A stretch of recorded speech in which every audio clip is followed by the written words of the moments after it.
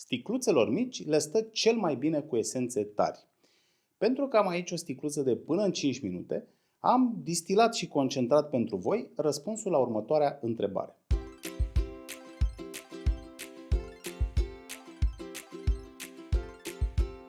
Nu sunt eu mare sportiv, dar vă propun să ne imaginăm pentru o clipă ce ar însemna pentru cineva trecerea de la o viață, să zicem, în fotbal, la una în lumea golfului.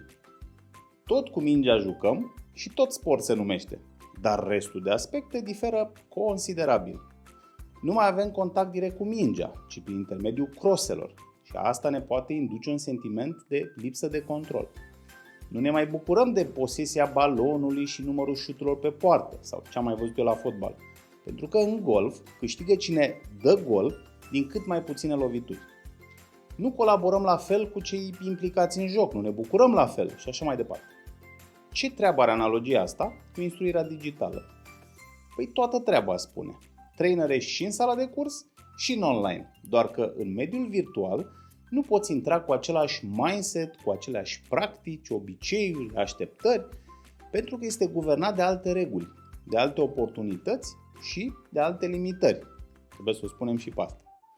Mai precis, mutarea în online a unui curs pe care îl țineai în sală nu se poate face în mod liniar, punct cu punct, rezumându-te la a livra același conținut prin aceleași metode, dar puțin alterate pentru a încăpea în fereastra de Teams sau de Zoom. Dacă vrei impact cu adevărat, vei avea nevoie să realizezi mai mult decât un transfer, și anume o transformare digitală a programului respectiv. Iată 3 planuri cheie pe care să le ai în minte când faci asta. În primul rând, gândește-te la a modifica arhitectura programului. Ce înseamnă asta? Redu de pildă durata sesiunilor de instruire, de la o zi întreagă, cum era în sală, la 3-4 ore maxim în online. Prioritizează și sortează conținutul. De ce? Pentru că cel mai probabil este prea stufos pentru mediul digital. Distribuie-le echilibrat între sincron și asincron, adică între sesiunile live și experiențele sau resursele pe care participanții le pot urma în ritm propriu. Trebuie să fie și în acestea. Riscul de a plictisi este foarte mare atunci când ai multe explicații de dat, multe informații de transmis și cazi în capcana turuitului. Cel de-al doilea plan, suplimentar modificării arhitecturii programului, este cel al tehnologiei. În cele din urmă suntem în digital, nu? Folosește instrumentele potrivite care îți permit nivelul de interactivitate de care ai tu nevoie. Alege tehnologia în funcție de ce livrezi și nu invers, adică să livrezi ce îți mai permite și cât îți mai permite platforma avută la dispoziție. Un alt aspect important aici este să nu complici lucrurile. Nu îți trece cursanții prin 10 de aplicații, ci alegi tu maxim 2 sau 3 și asigură-te din timp că ei știu să folosească lucrurile astea. Am lăsat la final poate cel mai dificil și decisiv plan, cel al mindset-ului tău ca trainer. Provoacă-l. Simți că nu ai destul control și că, nu știu, domne, nu e ca în sală, nu e la fel. Te frustrează când cursanții își închid camerele video? Dacă da, este foarte posibil să ai pe cap pălăria analogică a instruirii față în față.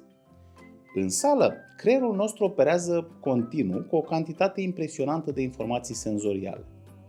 Le vedem postura, gestica, mimica, privirea și astfel ținem permanent contact cu grupa și cu dinamica ei.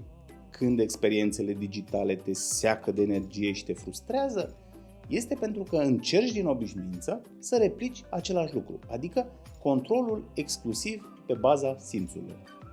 Pălăria digitală, pe de altă parte, înlocuiește aceste practici cu controlul pe baza indicatorilor, statisticilor în timp real și a diferitelor tipuri de reacții din partea cursanților, gen emoticoane, răspunsuri în chat, la poluri, la quizuri și așa mai departe. De aici îți iei controlul.